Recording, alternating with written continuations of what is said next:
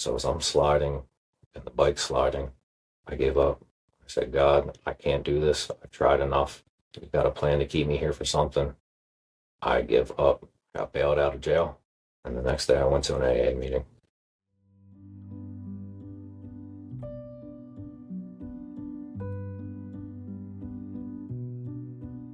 My name is Rob Short.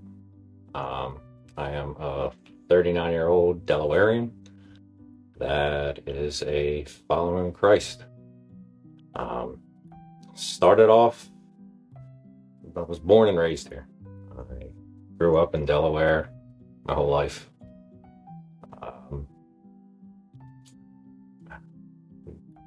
Was the first child of my parents, and I originally started off Catholic. Went to St. John the Beloved as a child, and then once school year started, I started in kindergarten and I went through 8th grade. And St. John's worked for me as a way to learn about God and Jesus. Except for I now see that something was missing, something different in that time. How much of it was being a child and child mindset versus the way that, Christ and God was taught to me. It always felt more of like I learned about God, but I didn't learn how to have a relationship with God. And then I finished St. John's, received all the sacraments, went through everything that way, and moved on to St. Mark's. So, to me, I thought that I was doing well as a follower. And when I was 17, I joined the Marine Corps. That was in 2005. And that was 2004. 2005, I graduated. And a month after I graduated high school, I went to boot camp for the Marines. I trained for a year exactly. And July of 2006, I was sent to Iraq. I was in the infantry, and we were involved in heavy, intense fighting day one, as soon as we got there. That was also the first time that I understood what Brotherhood was. The 13 guys that I had in my squad, we became a different kind of family. It was relying on each other in a different kind of way that I've never experienced. Also, more about myself, to paint a little bit of a picture. I grew up in upper middle class. Both my parents worked for Delmarva Power, the utility company, and I had a very good upbringing. However, at 12, my parents got divorced, and that was the first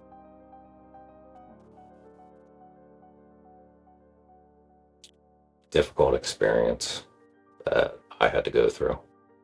And being very nurtured and not experiencing much of the world or society, that was the hardest thing that I dealt with. We had the perfect family.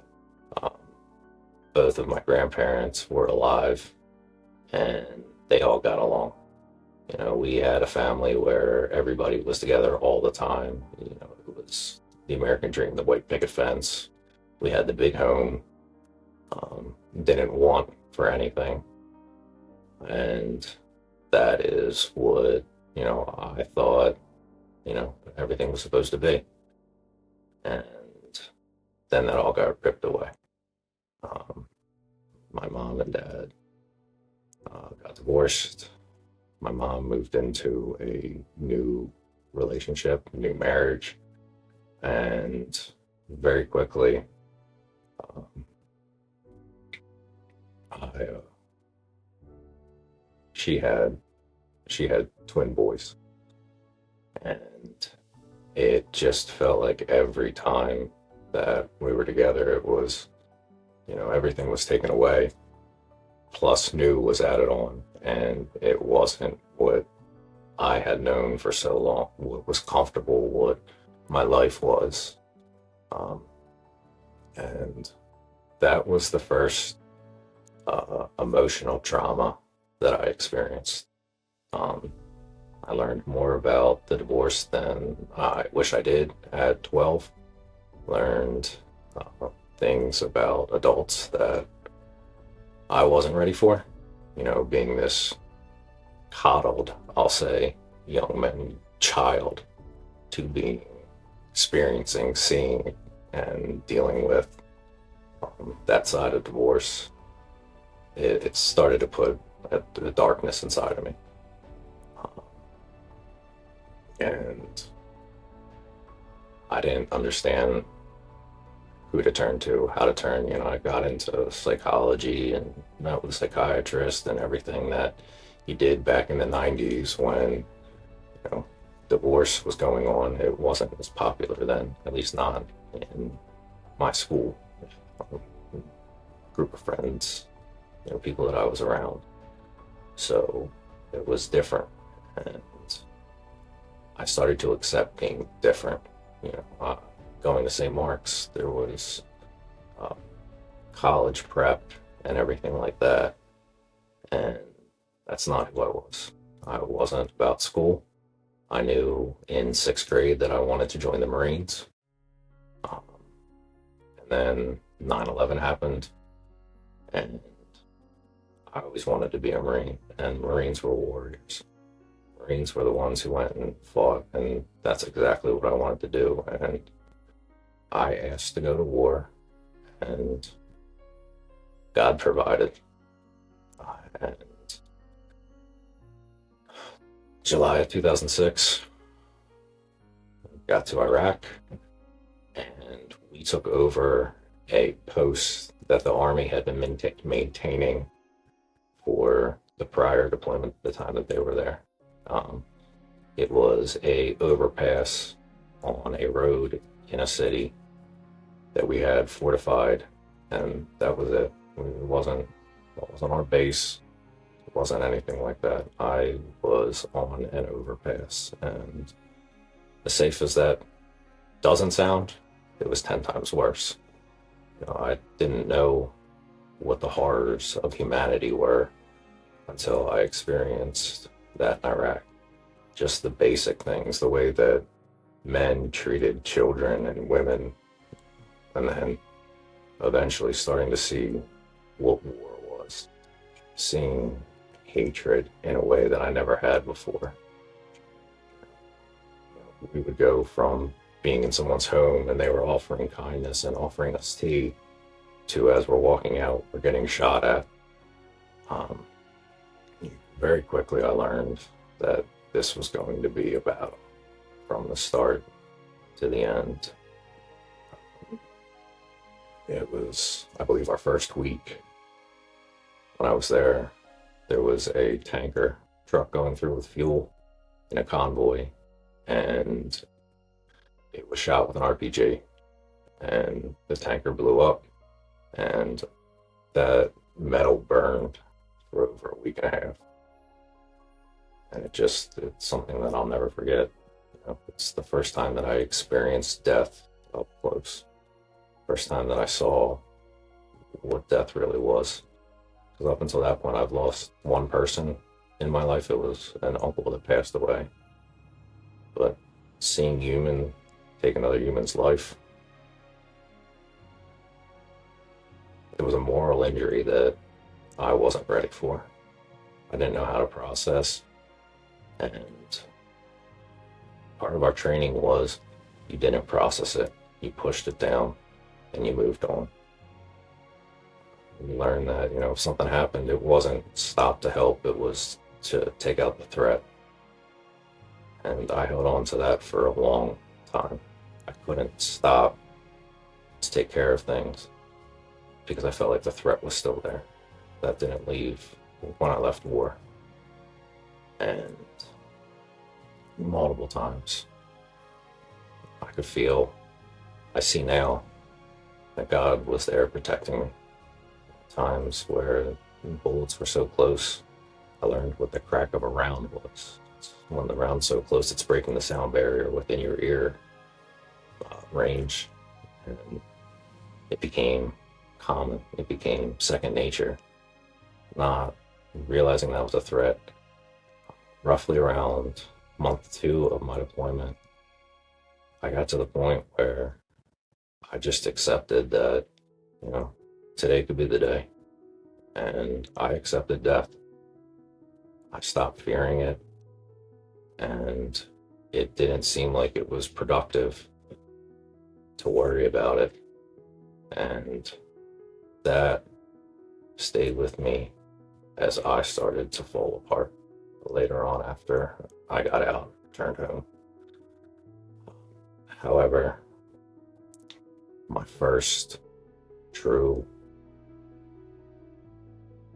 time of realization that God was watching me, God was having a hand on me, God was protecting me, was December 27, 2006.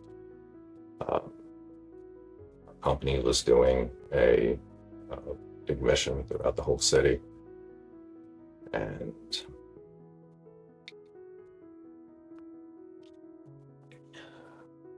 my squad, 13 guys, set up in a house on the outskirt of the city. At that point, we were waiting to move into position to hit a home to take individuals that were suspected terrorists, IED makers, out, capture them, bring them back. And we set up in this home, and we had 3 other squads come into the home and then walk down the alleyway to move into their positions into the city. Squad's roughly 13 guys, so we're talking close to 40 guys walk down this alleyway. And we got the call for us to move out. And we walked down that same alleyway. My good friend, my teammate, Bill Copeland, was on the left side of the alley and I was on the right. And Bill stepped on a pressure plate IED. It was 2 saw blades separated with pieces of wood. And it was rigged to artillery rounds. The blast killed Bill and wounded me, knocked me unconscious and destroyed my digestive system. I woke up in a hospital at a base in Iraq as they were doing their stabilization and everything. And I had roughly 2 months left in the deployment, and I did not get to leave and return with my guys. I felt very lost. I felt alone. And then this new feeling came on, this guilt that I survived, that I was 6, 8 feet away from Bill. And for years after that, I would say I wish more happened to me, so less happened to him. It took me over. After that, I deployed again in 2007. And finally, after that deployment, I had surgery to fix all of the wounds that blast caused. And I got out in 2008. So I had surgery in March of 2009. They did enough to put a Band-Aid on a bullet hole. That's what I look at it as. And at that point, it was just easier for them to say, here, thank you for your service, you can be done. So July of 2009, I received a honorable discharge from the Marine Corps. I came home and I was ready to start my life. I thought that I was done. I thought that it was over. But it just began. That innocence, that boy that grew up in Pike Creek going to Catholic school was gone. It was all over. There was a darkness inside of me that started, and I didn't know how bad it was going to get. And I didn't know what demons unleashed. The demons that I unleashed in war to survive stayed with me and took over. The Marine Corps was founded in a bar, Fun Tavern, and for good, for bad, a drink. So as I came home, being 22, I thought it was normal to drink. Everybody did. Maybe it was okay in the beginning. Maybe I was okay. But then something happened. I started having feelings, and I found that drinking was a way to make those feelings go away. And it worked for a little bit.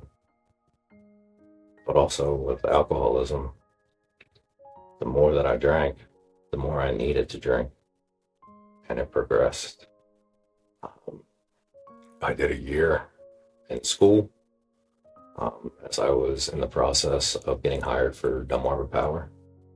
In 2010, I got employed at Delmarva as a lineman, and I was happy. I got to work on power lines, high voltage, heights, extreme weather conditions, danger. And I started to find this new high that I was chasing again. I refer to it as a combat high. That high that I received kicking in a door, going into a home, going on a patrol. I was trying to replace that back here. So I started to make dangerous choices, working on 25,000 volts, 12,000 volts, 100 feet in the air, just to try to get that rush. So it wasn't always the alcohol. But then I started to realize that I could take a couple shots, I could drink some, and still do this. And I did. I worked for Delmarva Power for 10 years. 2016, I was blessed with my daughter. 2015, I was married. And on the surface, everything seemed right. Being a lineman, I had a lot of money. My wife was a teacher. She made good money. So we didn't want for much. We bought a big home in Lancaster. We had all the fancy vehicles. We had more than we needed. I put a pool in the house. Everything was there, except for me. I wasn't faithful. I wasn't committed. I wasn't a husband. I wasn't a father. And I didn't love myself, so I wasn't able to love anyone else. My daughter was born in April, and in August of 2016, I got my first DUI. I also found another addiction. It's motorcycles. It was supposed to be two-wheel therapy, but it became two-wheel drinking and then risk-taking. If the speed limit was 50, 100 has to be better, and it had to be 100 all the time. Everything had to be extremes. It was like part of my brain didn't turn off. That extreme didn't have to be all that time. So I ended up, my first DUI, they tell me I ran my bike through a red light as an ambulance was responding to a call. So, first DUI, the Lord wraps himself around me, puts EMTs on the scene of the accident, where I put a motorcycle on the side of an ambulance for them to treat me right away. get taken to the hospital, and I'm okay.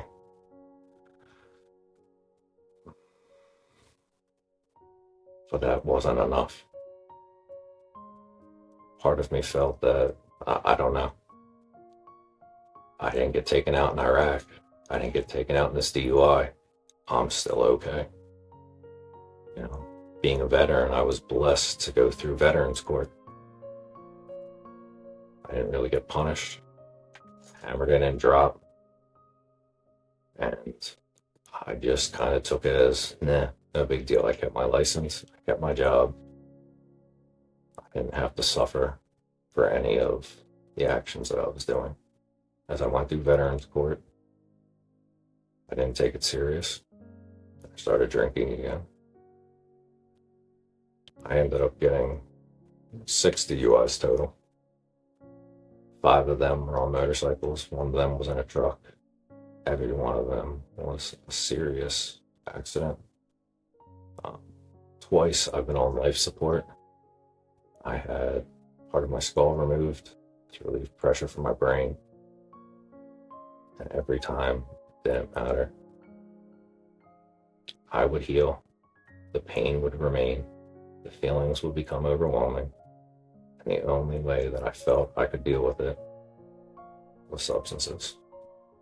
I eventually learned that there were other things besides alcohol that would help me drink a lot, reset, and then drink a lot more. Started with cocaine, then it moved to methamphetamines. And it was a wild ride to be able to drink, do a little bit, do it all over again. 2019, I had a DUI where I came out of a bar after having a fight. Police were showing up. I was attempting to leave, but I was so drunk that I knocked over my bike. And in trying to stand up the bike, the police arrested me, saying I was in physical control of the vehicle with the keys in my possession.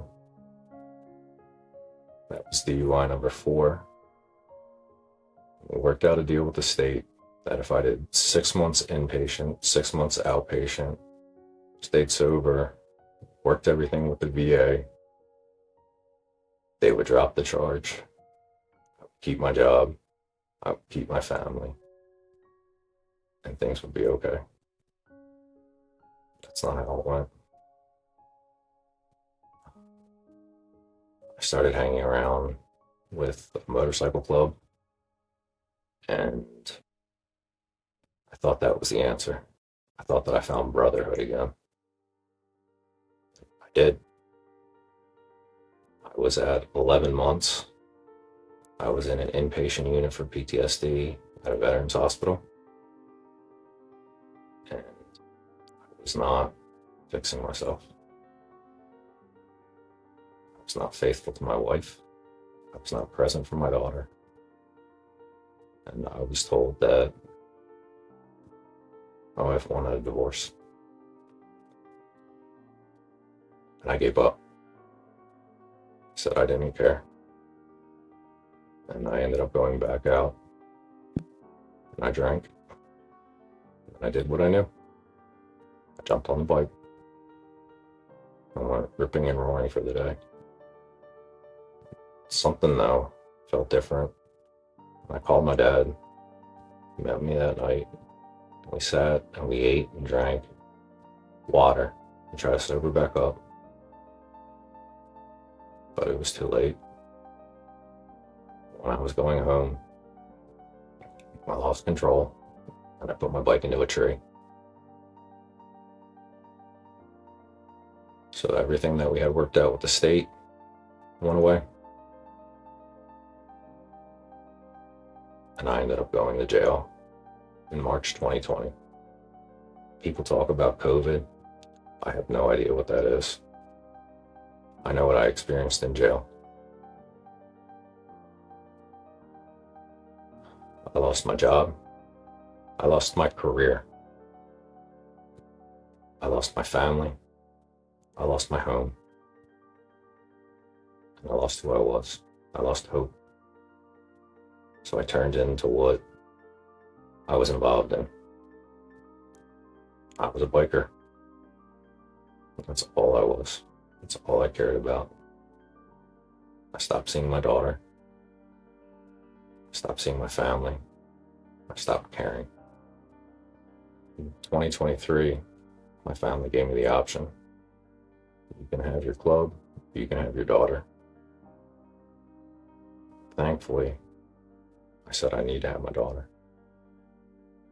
So I left that life, but I still wasn't done.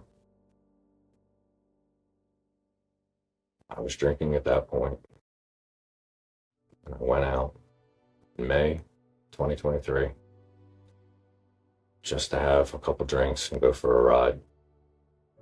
But that's never how it is. I started a fight at a bar. I left the bar. I was going home, I guess. And I woke up with the bike sliding on the car, sliding on the ground next to the car that I just ran into the back of while I was stopped at a red light, and I was sliding next to it. It was in that moment I surrendered. We talk about veteran suicide a lot. It's something that means a lot to me. I wasn't going to be a Marine that said I'm going to kill myself. But if I was a Marine that was drunk and got into a bike accident and died, it was different. At least that's how I thought. So as I'm sliding and the bike sliding, I gave up. I said, God, I can't do this. I tried enough. You got a plan to keep me here for something. I give up. Got bailed out of jail. And the next day I went to an AA meeting. It was 6 months of process, trial, and waiting for everything. Took a plea, and I went to Gander. And while I was in Gander, once I made it to the new side, these guys told me, you got to talk to this guy, Chap Steve, and get yourself a pass. So I did. I got to go to a couple services. I got a job. And then I met Tim. My job didn't allow me to go to many church services or the groups that were provided. But when I did, something happened. I'll never forget the first chapel that I got to go to. They're sitting there, and it was the beginning, and they were singing. I didn't understand what they were doing, because Catholic Church, that is not what the singing is. Singing in Catholic Church seems like, your grandparents do it and you don't understand it. But what happened in jail, I didn't understand either. The songs hit me in a way that I heard the music differently. Hope washed over me. The tough Marine couldn't hold back, and tears poured down my face, and I didn't care. I was okay crying. I felt safe. I felt like I was okay. I haven't felt like that for a long time. And so I got to meet Tim and Steve, spend time with them in there. And as I got out, I got to go to the church. From 6 DUIs, it's not the easiest with driving. Again, I look at it as a blessing. Every time I get in my truck, I have to blow into a breathalyzer, but I get to drive. So before that, they were willing to pick me up, to bring me to church, to bring me to groups, to connect with people, to learn about God and Jesus, but not just learn about them, to build a relationship with them. And that has been the start of my new life after everything has happened.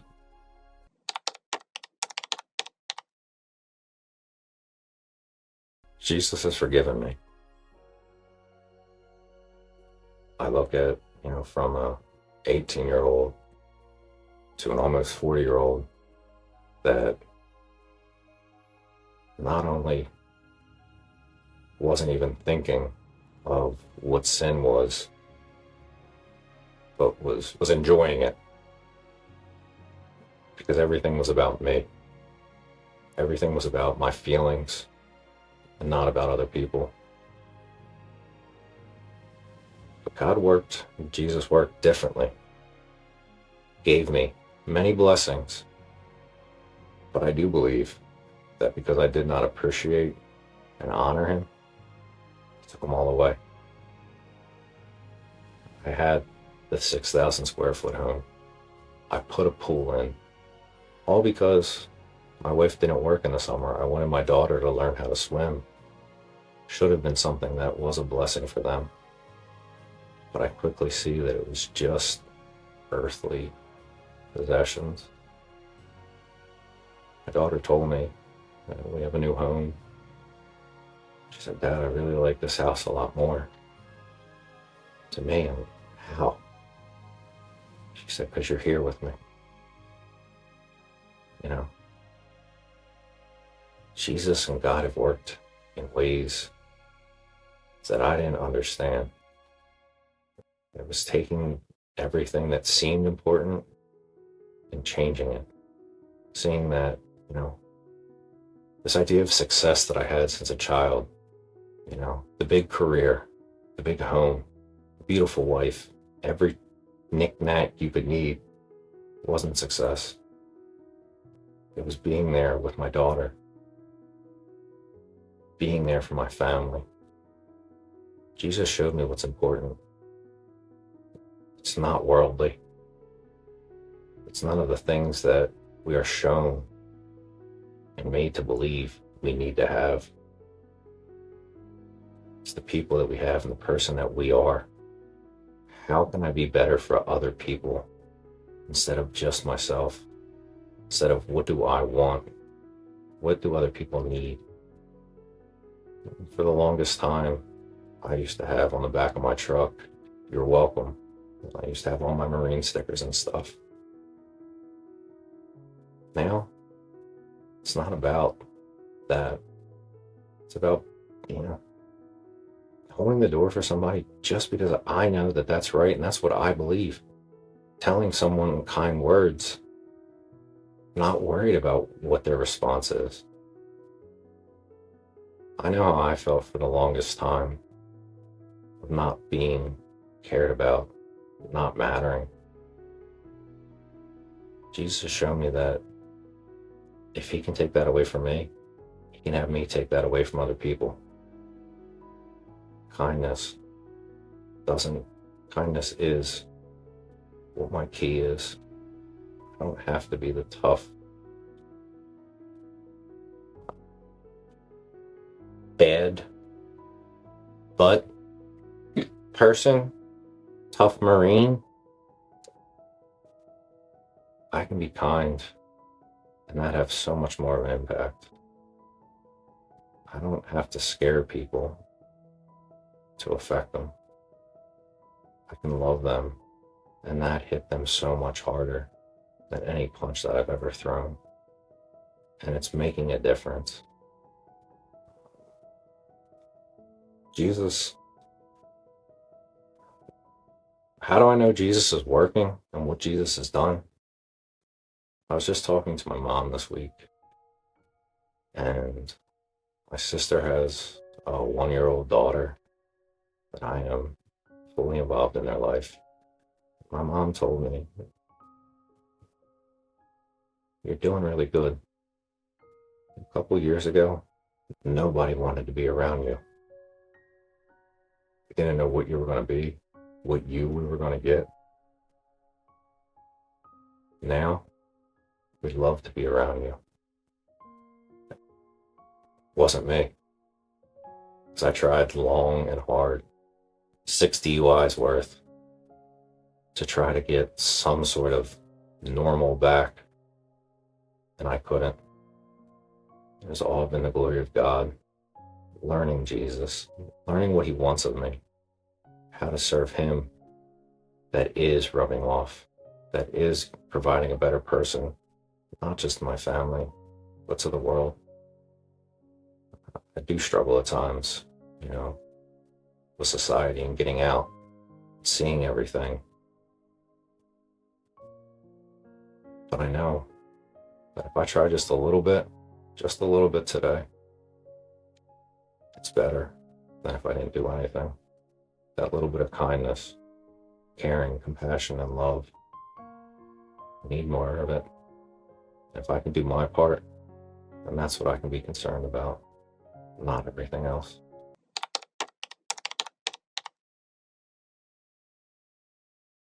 Addiction to me was trying to take whatever substance I could get my hands on and make the feeling go away.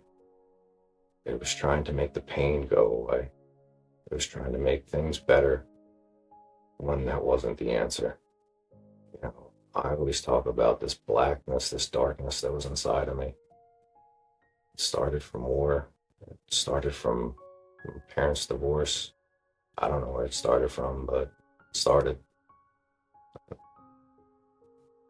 I didn't have a faith at the time to know that was the answer, to find a way to make the darkness go away. So then I used the alcohol, and I felt like the alcohol just took that and put more darkness in me, because I've learned, that one drink wouldn't fix anything, and the 30 drinks that followed it a lot of times caused something else bad to happen. So now I'm stuck with the original problem plus more problems, and I'm not dealing with it. I'm taking and putting more onto the plate of an overfilled plate that I can't handle as is, and I still try to shove it down.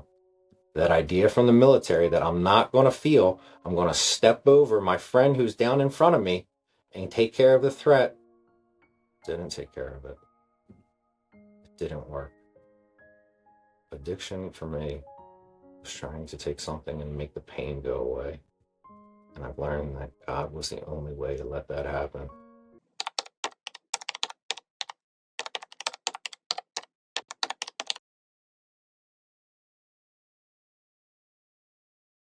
I do. I talk about Team Jesus at our church.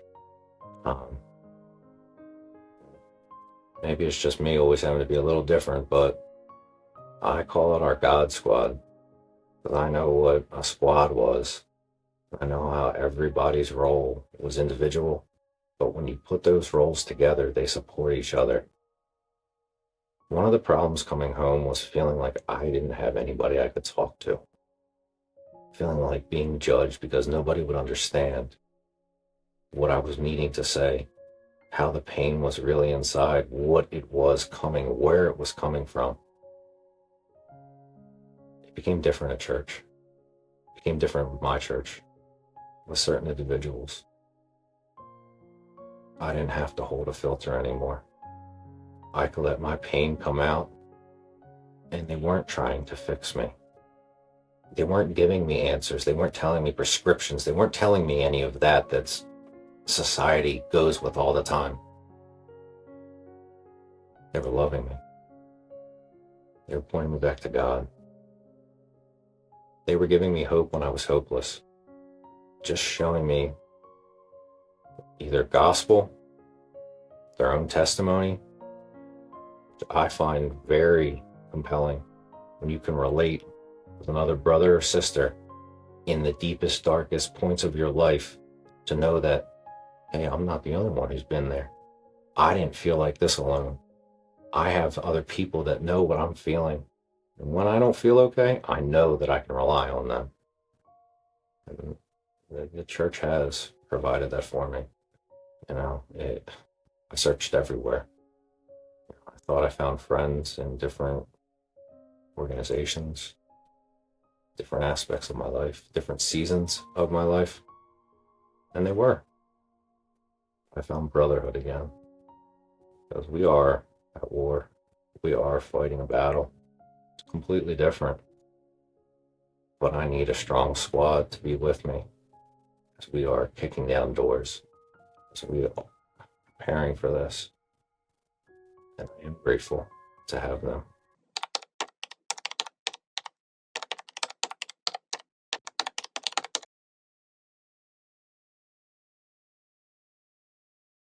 I don't know if this is exactly my area to speak on with the knowledge that I have. I believe that that might be for some individual pastor, for a certain group that would handle that. I think it is important to know what addiction does and how that pulls us away from God and Jesus. And don't always have to go through it to understand it, but you need to have some sort of effect from it, I feel, for it to have meaning to you, to want to, need to understand it, so you could provide more to your congregation, because it's an epidemic. It's not changing.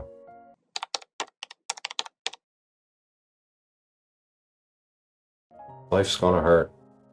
It's not meant to be easy. But when you have faith in God and Jesus, you know that those tough times are building you, not breaking you. Let the struggles of your past be the strength of your future. Go with God. Show love. You're worth it. I love you.